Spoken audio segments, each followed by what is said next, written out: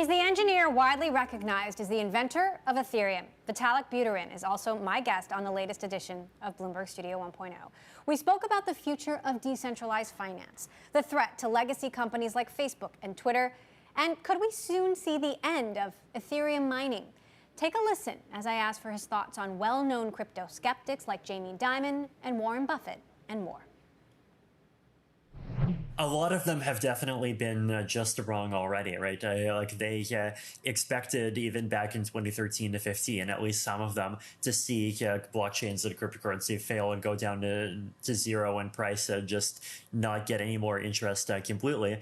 And even today, they've already been far more successful than any of them expected. So I can see how people in traditional finance, or at least some of them, can be inclined to kind of not see the value of blockchain-based finance immediately. There's a lot of people, even in traditional banks, that see the value that blockchains provide and have been trying to come up with things and work with them.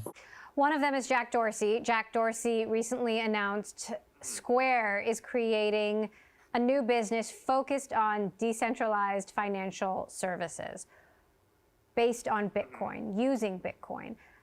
What have you learned about Jack Dorsey's plans? Does it seem like he's building something that sounds a lot like Ethereum? I'm skeptical about these decentralized finance on top of Bitcoin type of projects. Basically because like the difference between Bitcoin and Ethereum, right? This is that on Ethereum, there's like native functionality that allows you to essentially directly put either ETH or Ethereum-based assets into these smart contracts, into these lockboxes, where there's then like arbitrary conditions of any kind that can then govern how those assets get released.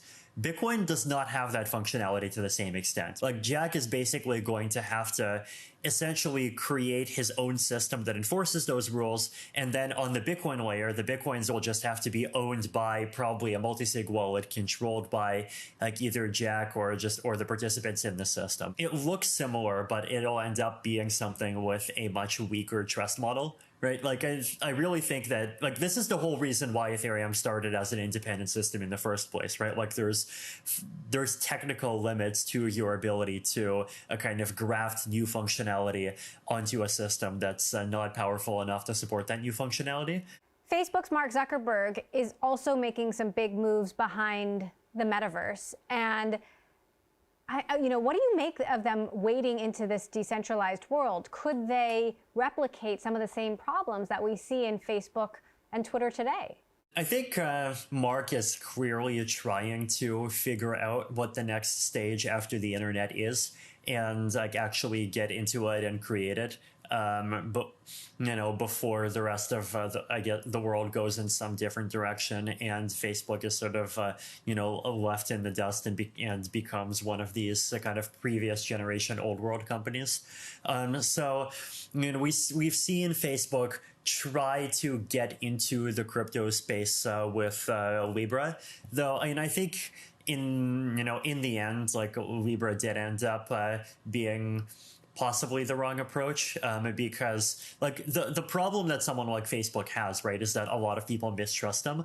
And so building their own platform, like I know they tried really hard to create something that's a consortium with all these different industry participants, but at the same, like even that was not enough, right? And there's just a huge amount of mistrust of them. But with the metaverse, I guess the thing that happened during the pandemic is that we've basically very quickly switched from a world where the physical world was people's kind of primary center of experience, and the internet was this new add-on, to a world where the internet really is the center of people's experiences. And so we basically are spending most of our time in a virtual world, and the question is just like, what level of quality does that virtual world have? So Ethereum in 5 years and 10 years, where is it?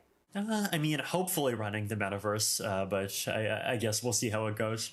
You've got a lot of people out there, a lot of people who are trying to understand cryptocurrency, who are placing their bets. What's your prediction for Bitcoin? Does it replace the dollar? Does it exist in 50 years, or is it something else? And then similarly, what's your prediction for Ethereum? Because a lot of investors are choosing to hold both or one or the other. Yeah, I think replacing the dollar completely is unlikely, just because like there's things that the dollar provides, like price stability, for example, that Bitcoin is not going to provide. Like I think even in a theoretical world where the US dollar collapses, like even then, I think Bitcoin is not going to be able to provide the level of like stability that users and businesses expect to be able to set prices in.